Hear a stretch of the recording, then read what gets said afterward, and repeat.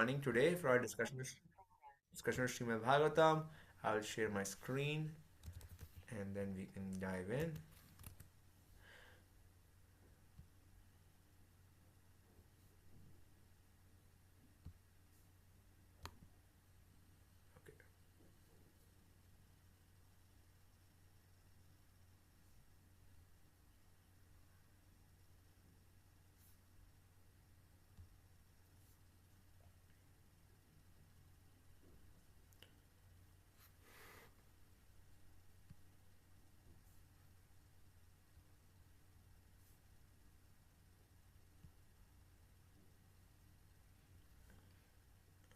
Okay, we are in chapter 10.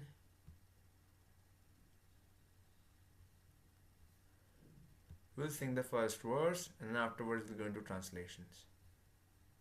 Shaunaka uvacha Hatva sarthikapspridho atatayino Yudhishthiro dharma bhritam varishtha Saha anujayi pratyaviruddha bhojana Katham pavritta kim akarshit tata Shaunaka uvacha Hatva swarikta spridha atatayino Yudhishthiro dharma bhritam varishtha Sanujayi pratyavaruddha bhojana Katham pravritta kim akarshita tata. Go back to translation here. Okay. Shaunaka Muni asked, after killing his enemies who desired to usurp his rightful inheritance, how did the greatest of all religious men, Maharaj Yudhishthir, assisted by his brothers, rule his subjects? Surely he could not freely enjoy his kingdom with unrestricted consciousness. So first of all, I think you have been all studying this first canto, chapter 9 up till now, and now we are entering chapter 10. So do you read ahead of time, all of you, or like you only study when we study on this day, this verses? How do we do it usually? Like have you read all this chapter before? Any of you? So we typically come together and read Prabhuji, and we share our reflections throughout the week. At least a couple of us try to share some reflections from um, in the group, like in the WhatsApp group. But otherwise, we have a short discussion after reading Prabhuji. Okay, so you usually read during the Saturday meetings these Mm. things. It's not that you read ahead of time. No, So, Prabhuji. Don't. so none of you have read this. Okay, very good. Just wanted to clarify that. So this chapter, we know, is basically talking about Krishna putting Yudhishthira and the Pandavas in charge of the kingdom, and then he goes to Dvārakā. Now it's interesting. This chapter is just about Krishna leaving for Dvārakā, and the next chapter is Krishna entering Dvārakā. There's two chapters just about Krishna going from one place to another place. Now, Srimad Bhagavatam, as we understand, was written twice. Do we know that? Why was it written twice? Can somebody share? It was written once and it was modified and written again. Can somebody tell why that was the case? Was it like Srila Vyasadeva narrated it to the Sukadev Goswami, and Sukadev Goswami then narrated it to Parikshit Maharaj, and then the revision, I guess. No, those versions were the same. They were the same book. So I'm saying it was written once and then it was modified or was written second time again.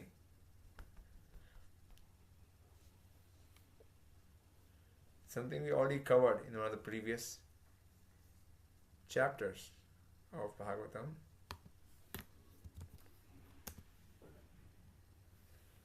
Anybody else remembers that? I'll show the verse.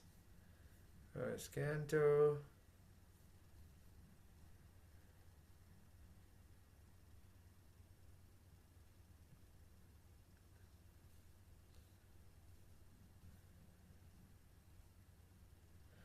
Here we go.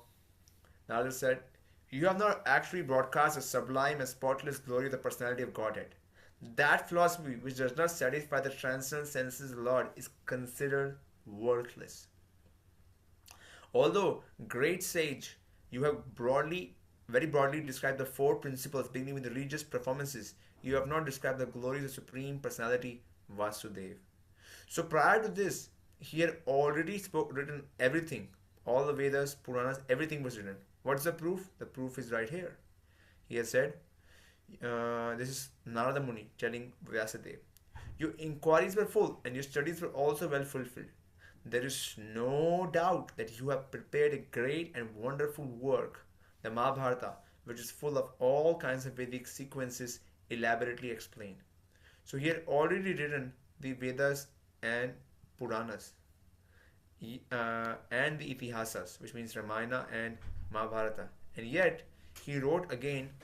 Uh, he was not satisfied, and when he was not satisfied, he went to his spiritual master, and he asked his spiritual master. He was thinking what to do, and then Narada Muni appeared, and Narada Muni chastised him that although you have spoken all these written all these different books, but what's missing is that you have not described the glories of Krishna enough. That is why the focus in this Srimad Bhagavatam, which we have in front of us, is on Supreme Personality of Godhead Krishna. It is not focused on Dharma, Artha, Kam, or Moksha, but it is focused on the fifth aspect, which is Prema Pumartho Mahan. The goal of our meeting today, what is the goal of coming together and reading Srimad Bhagavatam? Let me hear some responses. There are 5 more people here in the room. I want to hear some responses. What is your goal? Why have you come here to this meeting of Srimad Bhagavatam? Let's hear it.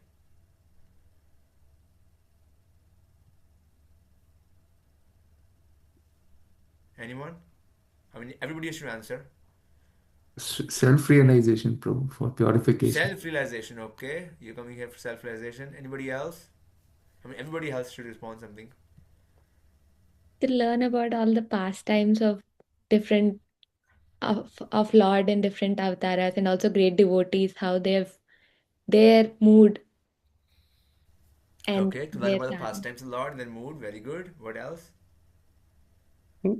How to live, or like the principles to live based on like the examples of pure devotees.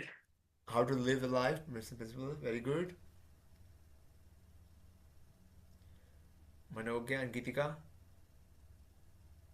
Just like Narada have been mentioning it to Vyasdev to glorify the Lord, and being Vyasdev glorifying the Lord, we are here to just listen to the glories of the Lord. Very good, Geetika. Thank you. To understand about certain ethical dilemmas and how their principles are, how they live the life. Okay, very good.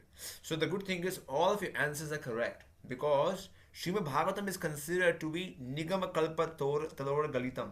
It is considered to be the ripe fruit of the tree of the Vedas. Now Vedas can fulfill all the desires. So whatever desires we bring to this book Srimad Bhagavatam, those desires will be fulfilled for sure. There is no doubt about it. But what is the desire with which Mahaprabhu read the Srimad Bhagavatam? He used to quote this verse again and again. And the last line of the verse was Prema Pumartha Mahan.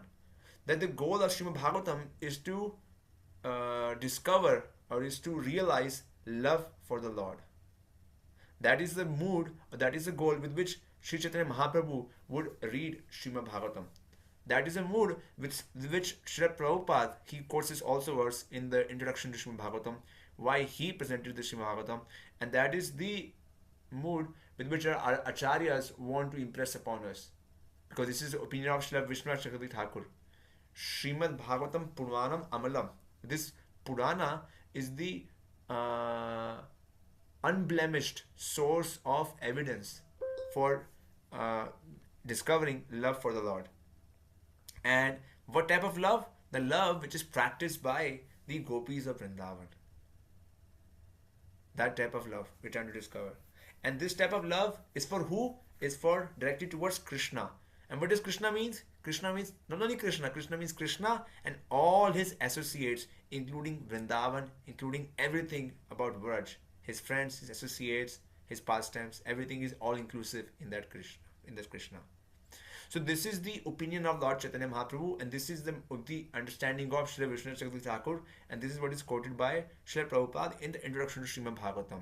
So this is the goal by which we are coming here today, to practice, to discover love for Krishna. And that is why there is so many topics about Krishna in the first canto itself. Although first canto doesn't have so many pastimes of Krishna, but you can say in some sense you are seeing these pastimes of Krishna. Now these pastimes of Krishna are mixed. They're not completely about love of Raja.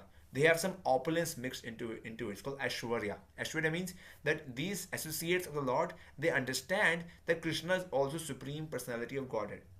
Now somebody may say, if we want to develop love for Krishna in Vrindavan, why are we hearing all these topics about Yudhishthir, Indraprastha and all these pastimes in Dvārakā? Prabhupada in another place says that these pastimes of Krishna with Pandavas, they are as good as pastimes of Krishna in Vraja. Why? Because in these pastimes also we get to see Krishna's sweetness. But there is an additional advantage, that if we don't have purified hearts yet, and if we are not able to hear from great devotees yet, then when we hear these pastimes, we also understand Krishna's greatness. And that creates a foundation in our heart to be able to appreciate Krishna's sweet pastimes appropriately. Otherwise, we will take them for cheaply. We'll consider them as any mundane pastimes. So these pastimes of Krishna in Dvārakā and Hastinapur, they are a mix of two. They have Aishwarya and they have Madhurya. Aishwarya means opulence, and they also have Madhurya means sweetness. So here, King Yudhishthira understands that Krishna is Supreme Personality of Godhead, yet he also is attracted to the sweetness of Krishna simultaneously. So when we hear these pastimes, we are protected, that we won't take Krishna for cheap, because we will see the respect Pandavas offer to Krishna. We will see the respect offered by the emperor of the Lord to Krishna. So that is why Mahabharata is considered to be a really good book meant for simple people. Often people have this Bhagavad Saptah where they jump to straight away Krishna's 10th canto pastimes, and then they just show some emotions being affected by Krishna's sweetness, but that doesn't last much. But if you have a proper foundation, which Prabhupada is preparing here, which Srila Vyasdeva is preparing here, by understanding Krishna's greatness, then we are able to appreciate Krishna's sweetness much more. So that is why Bhagavatam is given in this order, where we are hearing Krishna's opulence right now. So in this chapter specifically, we are hearing about the Krishna leaving the Hastinapur, and in next chapter we will hear Krishna reaching Dvārakā. Okay. Next verse. Sutta Goswami said, Lord Shri Krishna, the Supreme Personality of Godhead, who is the maintainer of the world, became pleased after re-establishing Maharaj Yudhishthira in his own kingdom, and after restoring the Kuru dynasty, which had been exhausted by the bamboo fire of anger. So what was this fire which is created in the Kuru dynasty? What are we talking about?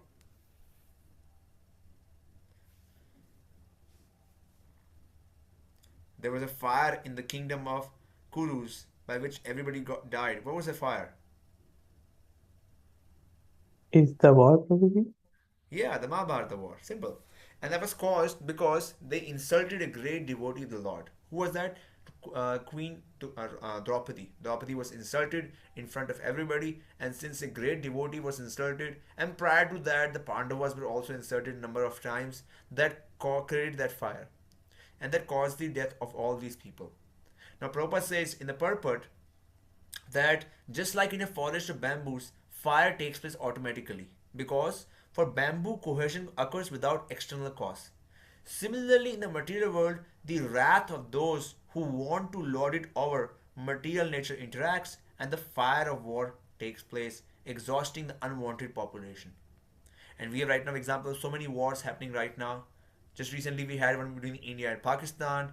There's happening between Russia and Ukraine. There are always people dying because of disputes, and it is because say right now the Russia want to be the boss, and USA want to be the boss, and Ukraine wants to, but they all want to become boss, and in doing so, unwanted population, people who are not so pious, they die in these wars, unfortunately. So, but why is then if so many people are dying here in this material world, what is the purpose of this material world? The purpose of the material world is what? To the mass of people, they can become interested in the science of God and science of Krishna consciousness, and they can enter into the kingdom of God. They can develop love for Krishna.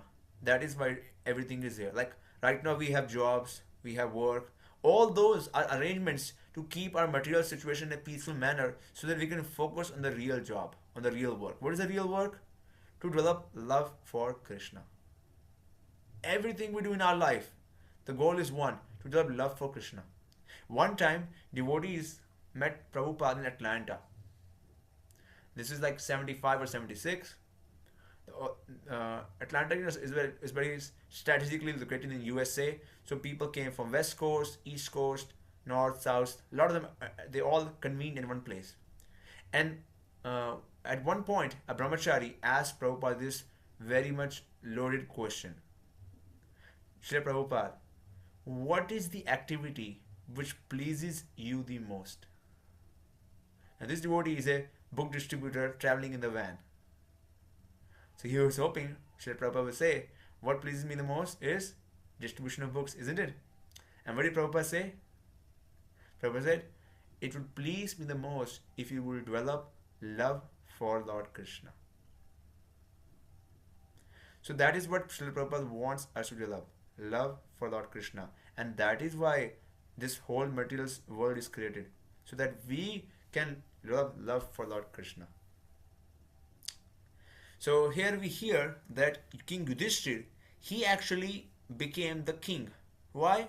Because to please Lord Krishna. Like here, Prabhupada is saying that Lord Krishna was pleased after establishing Maharaj Yudhishthir. It can also be taken the other way. That Maharaj Yudhishthir wanted to please Krishna, and that is why he took up the kingdom. It's a matter of how you place a sentence, first or later. So Yudhishthir doesn't want to become the king, all his family members have died, cousins have died, teachers, grandparents have died. How can you rule the kingdom? It'd be so painful. Imagine for ourselves if our cousin dies and we asked to rule over the house. It'd be so painful in the war. But yet he did that for Krishna's pleasure. And that should be also our criteria, day to day, how much we can to think about what can bring Krishna pleasure. Or we can end the day by thinking, what did I do for Krishna's pleasure? And even if we didn't do anything for Krishna's pleasure, we can always, dedicate and say, Krishna, I did that for you. Like suppose we did our homework well. Although that doesn't give much pleasure to Krishna, but we can trick Krishna. We can just say, Krishna, I did homework very nicely for your pleasure. With the hope that in future we really do things for his pleasure. This is called Aropa Siddha Bhakti. It's a Sanskrit term for Aropa Siddha, means that even if you didn't do anything for Krishna's pleasure, you can put an arop. Arop means you can put an accusation that I did this for Krishna's pleasure. And the good thing about that is that the Aropa Siddha Bhakti transforms later into pure Bhakti also. So here King Yudhishthir became the king for pleasure of Krishna. Okay, next verse. Maharaj Yudhishthir, after being enlightened by what was spoken by Bhishma Dev and Lord Krishna, the infallible, engaged himself in the matters of perfect knowledge because all his misgivings were eradicated. Thus he ruled over the earth and seas and was followed by his younger brothers. This is quite simple. Of course, in the purport, Srila Prabhupada goes on to talk about how the current world situation is, how people should rule properly, because if they don't rule properly, everybody else suffers. And Srila Vishnu Chandra Thakur says that Maharaj Yudhishthir was enlightened. What was this enlightenment about? I mean, we spent a lot of time discussing chapter 9. What do you think? What was the main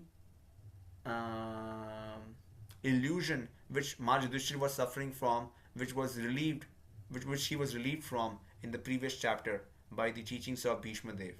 If I were to ask you to say in one line, or in a few lines, what would you say?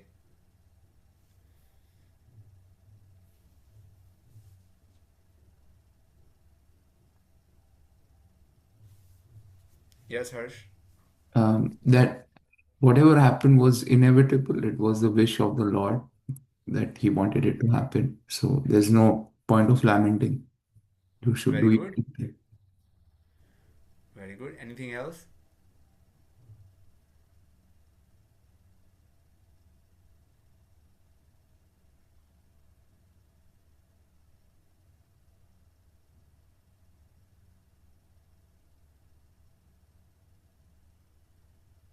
So King Yudhishthira was in the same illusion as Arjuna, where he thought he is the doer.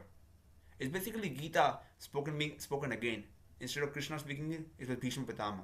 So Yudhishthira was under the illusion that he is the one reason why the war happened. And as Harsh said, he was also the illusion that he is the one why people died. And Bhishma Dev helped him understand. Don't be fooled. Don't think you were the cause of all this war and all this killing. You were just a player in the game, and it was desire of Krishna that these people who were acting sinfully, who were acting enviously, be taken away from this planet, because they were not going to engage the mass of society in God realization. So it was Krishna's plan. So this is the enlightenment with which Maharaj Yudhishthira went through. And of course, we heard that how it was meant for the glorification of Bhishma Dev, and it was also something which brought pleasure to Krishna to see Bhishma Dev at his moment of death. There were other reasons also, as we heard. Okay, text 4. During the reign of Maharaj Yudhishthira, the clouds showered all the waters that people needed, and the earth produced all the necessities of man in profusion.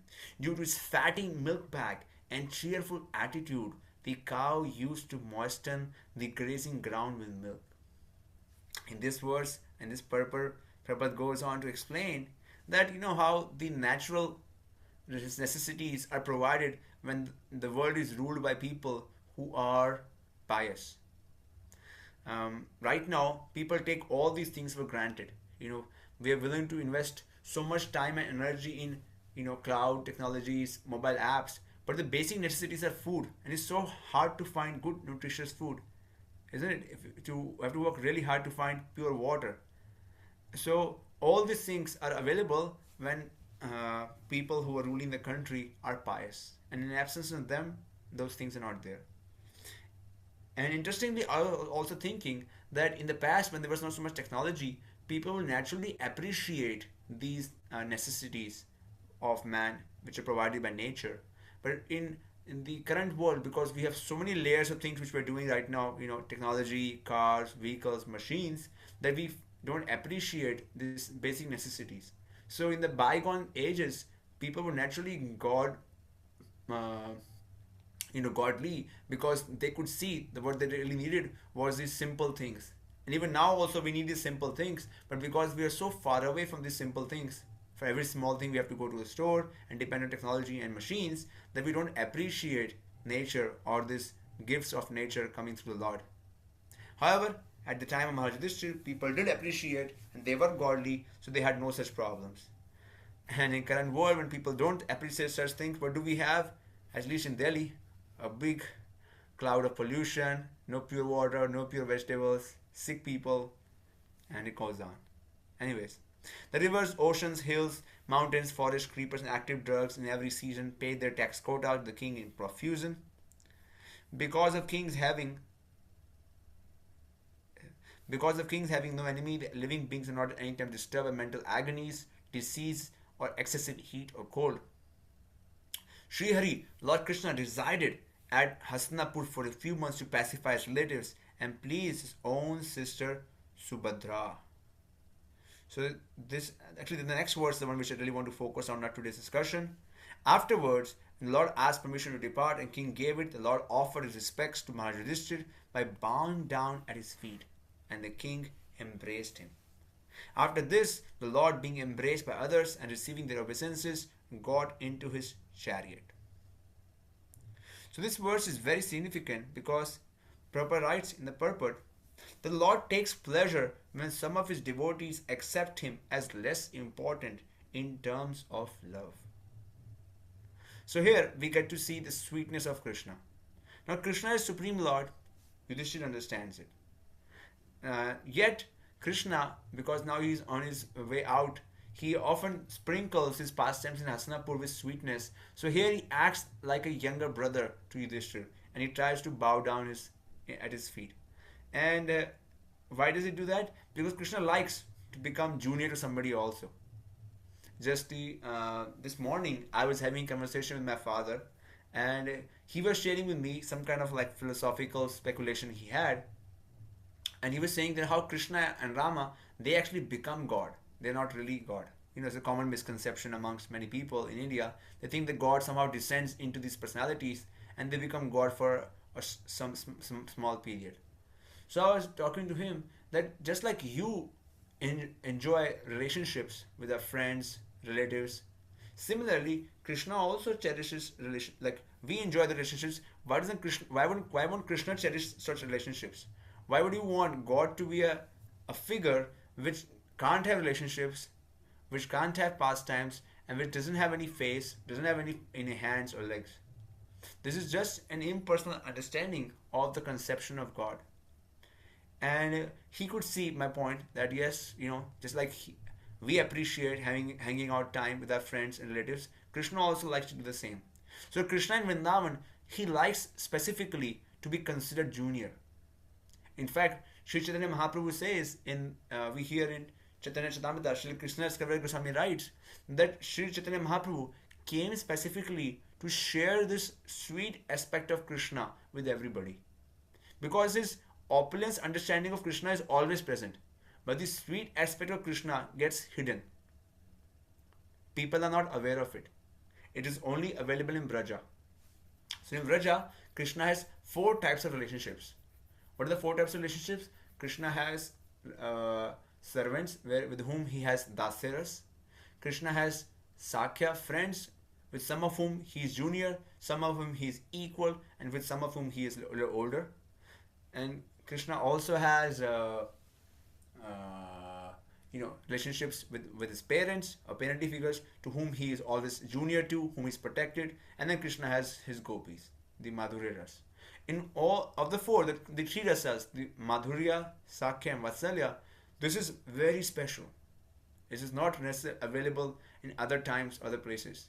It is by mercy of Sri Chaitanya Mahaprabhu and his Senapati Bhakta Srila Prabhupada, they were able to have a discussion on these pastimes. It's like one time Krishna was playing a game with Sridham. It was a wrestling match. And in the wrestling match, Sridham somehow defeated Krishna. So then there were 2 teams. There was Krishna's teams and there was Sridham's team. So Sridham's team started saying, "Yay! Sridham, Sridham, Sridham, Sridham." And they were like very happy that Sridham has won. And when that was happening, Krishna became very, very sad. He was like, "Oh no," like he was very sad. And they could see that Krishna was feeling so sad that they started feeling a little sad. So then Sridham said, okay, Sridham. And Sridham said, okay, Krishna, you actually won. So Krishna was pouting, Krishna was sad until that time. But when Sridham said that he won, and Krishna, who was sad, his face lightened up. He said, yes, I won it. I knew that. You were cheating the whole time. I knew that you were cheating. Now the truth is coming out. It was me who won it. And then Krishna started saying, yes, I won. So Krishna has such a sweet mood that he accepts defeat of his friends. And at the very next moment, when his friends try to, appreciate him, he also accepts it. He's such a simple boy. He just accepts it. Yes, I'm the one who was victorious. I'm the one who's victorious.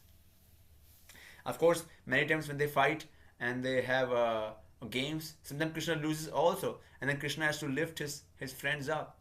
In all these simple exchanges, Krishna gets lots and lots of joy. And this is what we are seeing here. That's what Prabhupada says. The Lord takes pleasure when some of his devotees accept him as less important in terms of love. So, Yudhishthir had some glimpses of this sweet aspect of Krishna in addition to the opulent aspect of Krishna.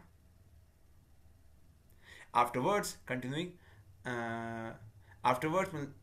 at that time, Subhadra, Draupadi, Kunti, Uttara, Gandhari, Dhritarashtra, Yudhishthira, Kripacharya, Nakula, Sahadev, Bhishmasen, Soumya, Satyavati all nearly fainted because it was impossible for them to bear separation from Lord Krishna.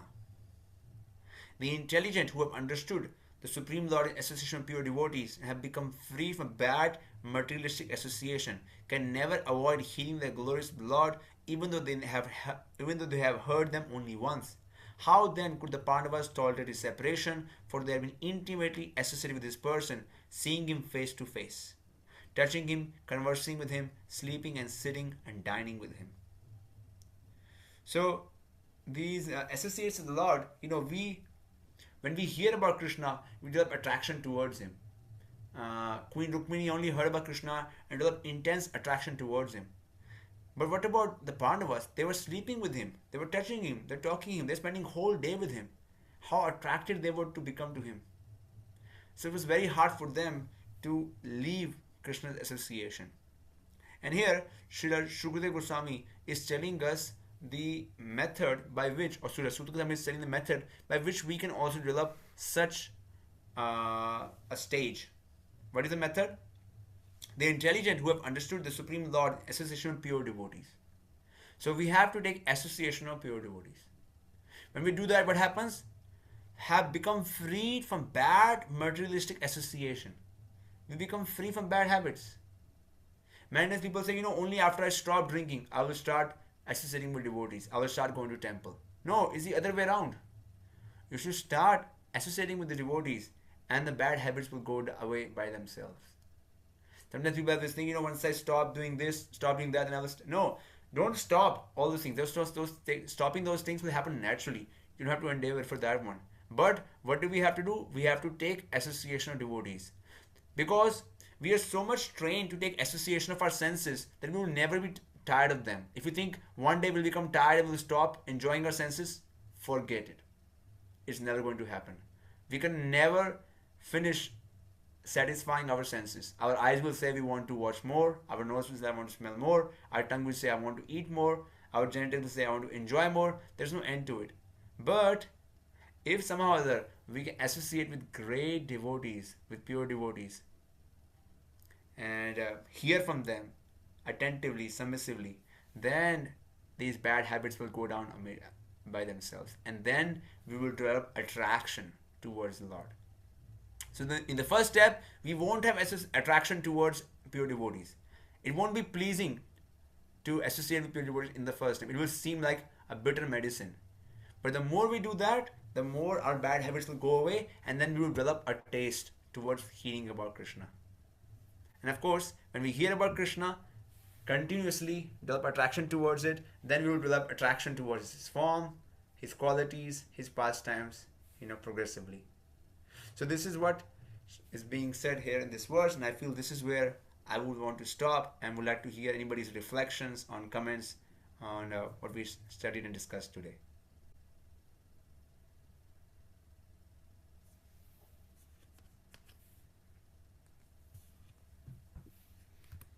Bro, I had a question. In this text 9 and 10, it is Dhritarashtra also is mentioned that he almost fainted when in separation from Krishna. So, could you elaborate? The thing is that it is mentioned that actually everybody was attached to Krishna. Not only the great devotees, even the demons also are attracted to Krishna. Some are other opulence. Now here we're hearing about Dhritarashtra having some attachment for Krishna. At the same time, what is mentioned is that in the later sections we hear that he knew that his son was actually acting against the Pandavas, but he had too much filial attachment, and because of that he couldn't act properly. So although he also was attached to Krishna, but because he had too much attachment for his son Duryodhana, he couldn't act properly.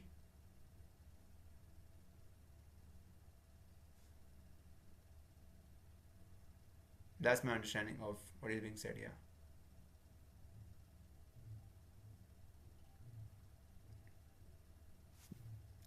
Prabhuji, I had a question. I think it's so I was thinking while reading in today's verses, we see how Krishna tries to be the subordinate and tries to enjoy all different kinds of rasas with his pure devotees. But then why does he also leave them and also make them feel this separation, Prabhuji? So that was something I was thinking. This is a very, very good question. Very good question. Why does Krishna, first of all, catch them with make them attracted to his qualities, his personalities, and then leave them to die or to suffer? Actually, this is also discussed in the 10th canto number of times. Briefly, what is being said there is that the reason for that is that when we are separated from somebody, say if I'm with you, Krishan, we're having dinner together, and you are at one place and we are talking to each other, isn't it? But suppose after becoming attached to you, you go away, then whatever I'm doing, I'm always being reminded of you. So then, in separation, the love which the gopis and the gopas and the Krishna's parents, which they have for Krishna, it becomes even more deeper. It becomes even more thicker. So then when Krishna comes next time to see them, Krishna experiences a newer joy which he has never experienced before. Just like right now, when we're talking, we are developing some love for Krishna. Similarly, the gopas and gopis of Krishna in Vrindavan, in spiritual world, their love for Krishna is also reaching newer heights. Their love is not static. They're going through multiple episodes of separation and meeting. Each time they separate, the love becomes deeper. And Krishna comes back, and Krishna has a new experience. His friends, his devotees have a new experience. Then they're together for some time. Then again, by the Leela Shakti, by Purnamasi Shakti, they're again separated. Now, because even more deeper, they come back. Oh, it's new, and then they go back, and it keeps increasing more and more. So Krishna's pastimes are always unfolding. His love is always increasing, and the love his devotees have for him is also increasing. And it is increasing and increasing because of these two things: separation and meeting. Prabhuji, as a follow-up to that, doesn't it get frustrating, Prabhuji? What is frustrated? Say again. Like the devotees, doesn't it get frustrating that like why does he always leave us behind and go? No, it's not frustrating because they don't remember it. Each time they meet Krishna, they forget about separation. They don't remember Krishna ever left. They completely forget that they were ever separated from Krishna. Just like when we go back to meet Krishna, we won't remember anymore that you were Roshni or you were at Umesh. You have no remembrance of it all. You completely forget that you were separated from Krishna. In fact, Krishna's associates never believe that they were ever separated from Krishna. Let me tell you one pastime. So one time, Krishna and Balram, they were going together in Braj for some, cow herding pastimes. And they reached an area known as Kambi Hill. Kambi Hill actually is the southernmost tip of Vrindavan. And Balram, he reached ahead. And he reached at the top of the hill. And he said, "Here, boys, watch here. I'm putting a line here. Nobody should cross this line." So then the boys said, "Why? We are scared. What is on the other side of the line?" So this side of line is Vrindavan. And this side of line is what? Is Maya. If you ever go outside of this line, you will fall in Maya. So the boys said, "Maya? What is that?" So they were, boys are always curious. So they like, "Oh, maybe let's check it out. What's on the side? What's on the side?" So first, the older sakhas, they went together 10 meters and came back again. Ho ho! Nothing happened. We are safe. Then few more boys went. Then some other boys went. They kept going back and forth. So then afterwards it was time for lunch. They came back after lunch, and then they were telling Balram, then some of us, we actually went out of that boundary to the other side. But we were not attacked by Maya. So then Balram said, "You know why? Because you are pure devotees. No matter where the pure devotees are, they're never attacked by Maya. But those who are conditioned souls, those who have never had any love for Krishna, like us, we never had love for Krishna before. When we are in Maya, we don't have any attraction towards Krishna. So those who are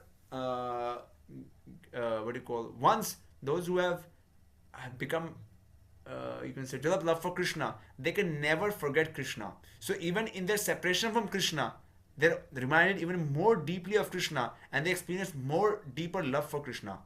So they never forget Krishna. So it's not really frustrating. It's just another aspect of love.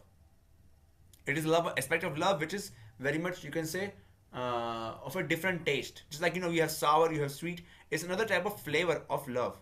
It's not that they have lost love for Krishna. They still have love for Krishna. Because the quality we're looking for in our life is love for Krishna.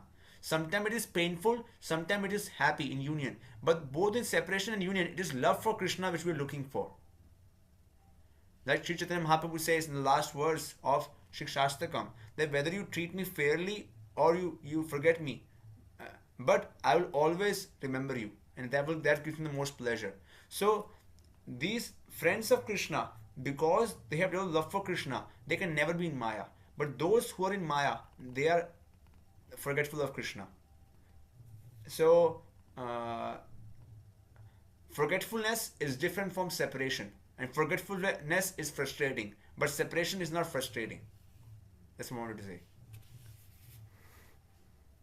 So we are forgetful of Krishna. That is why when we go into Maya, it is frustrating. But the Krishna's friends, when they go away from Krishna, they are not forgetful of Krishna. They are actually remembering Krishna even much more. So it is not a frustrating experience. For us, because we go through periods of forgetfulness of Krishna, it is a frustrating experience. And I can understand where you're coming from, That why I keep on forgetting Krishna again and again. I was supposed to be thinking of Krishna all the time, but again I fall back. That's frustration. I understand. But Krishna's friends, Krishna's associates, they never forget Krishna. So it's always deeper and deeper experience. Yeah. I had another question, Prabhuji. Okay. So we hear that there's like multiverse and like in every little bubble there's like this do the same leelas happen? Like Krishna, does he perform the same leelas every time? Is it the same chaturyugas that follow, or is it different in every universe, or You mean so you're asking a very good, beautiful question. I was talking about this to my friend the other day. You want to hear something which will make you wonder?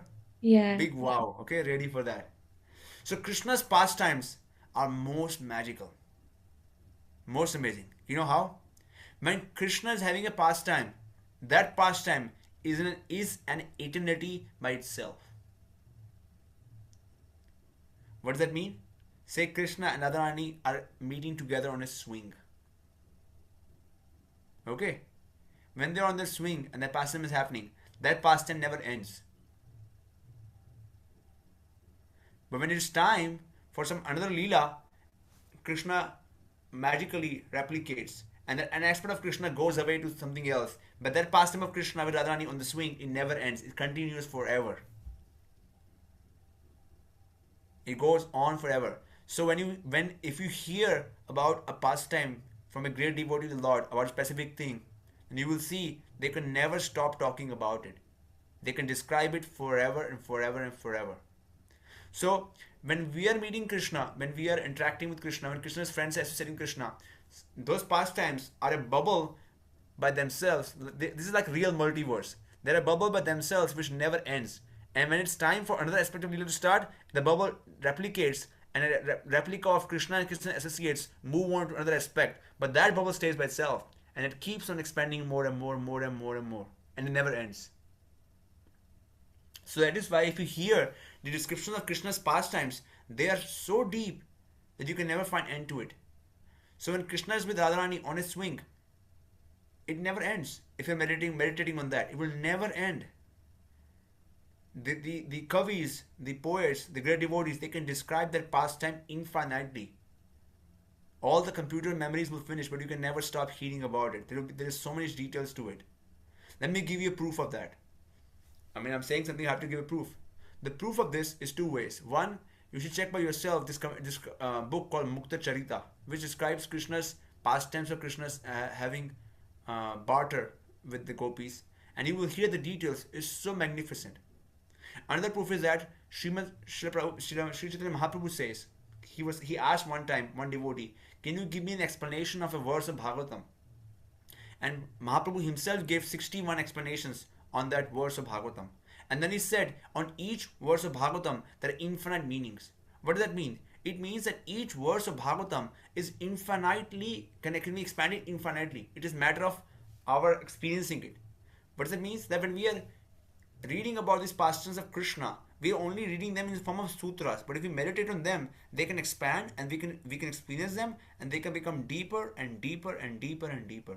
And this is where the idea of multiverse comes. The idea of multiverse is that at every point, whenever we make a decision, another multiverse pops up. But actually, our idea originally comes from the spiritual world. That at every moment, Krishna's pastimes, they never end. They keep on continuing and on and on. And whenever it's time for another aspect of Leela to come, they replicate, and another set of Gopas and Gopis and Krishna, they go and do the second part of the Leela. Then that becomes another bubble, and expands and becomes another Leela. And they go on forever, forever and forever.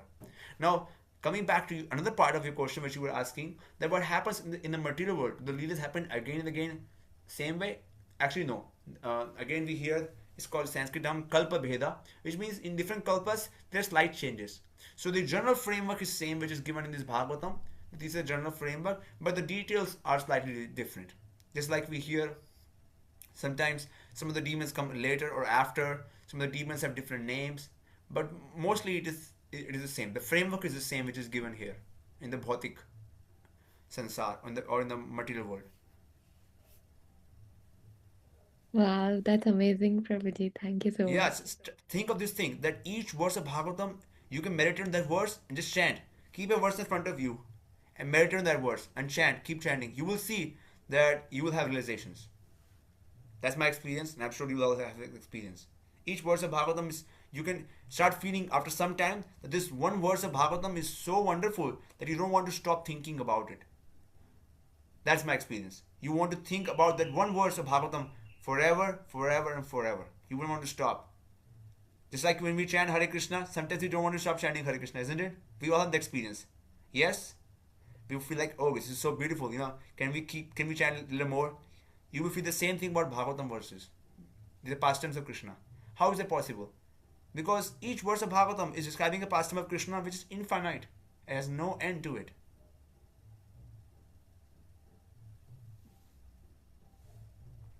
Okay. Anything else?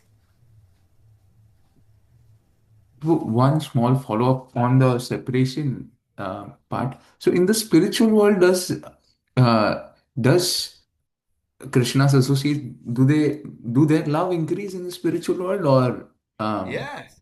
Ever increasing, ever expanding. There is no end to it. They keep on increasing more and more. Krishna's love for them is increasing. That just like yesterday, let me tell you the good. I think I shared this earlier. That today, just today, telling you today Krishna looks most beautiful ever, more beautiful than ever he has ever been. Why? Because Krishna's is seeing the love he is receiving from his devotees, and seeing the love he is receiving from his devotees, his beauty has increased further. And seeing that his beauty has increased further, all his devotees are loving him even much more. So tomorrow, Krishna's friends and Krishna's gopis and gopas will wake up and they will say, oh my God, Krishna looks more beautiful than yesterday, and their love will increase. And seeing that their love has increased, Krishna's beauty will increase. So tomorrow Krishna will be more beautiful than today. Isn't that amazing? Yeah, spiritual world is amazing. Get ready for it, Harsh. That's where we're going. Not Gujarat. That's only this lifetime. Somebody's there? Somebody's in the door. They press the bell. Oh, Yeah. seriously? Yes. Okay, I think maybe we stop here. I don't want to hold off a long time. It's hour and 10 minutes already. Okay, so we'll stop here. Shri Prabhupada ki jai, Shri Bhagavatam ki jai, Namo Vishnupadaya Krishna Prasthaya Bhutale Srimate Bhakti Vedanta Swami Namne Namaste Saraswati Deve Gauravani Prachadive Nirvishesha Shunyavadi Paschatya Desha Tarine. Shri Prabhupada ki jai. Thank you, devotees, for giving me opportunity to study Bhagavatam with you. I feel so indebted to you. Thank you so much. Please pray for me that I can do service with Dham. You're doing such nice service in Michigan. Coming together, doing Hari Katha. Thank you so much.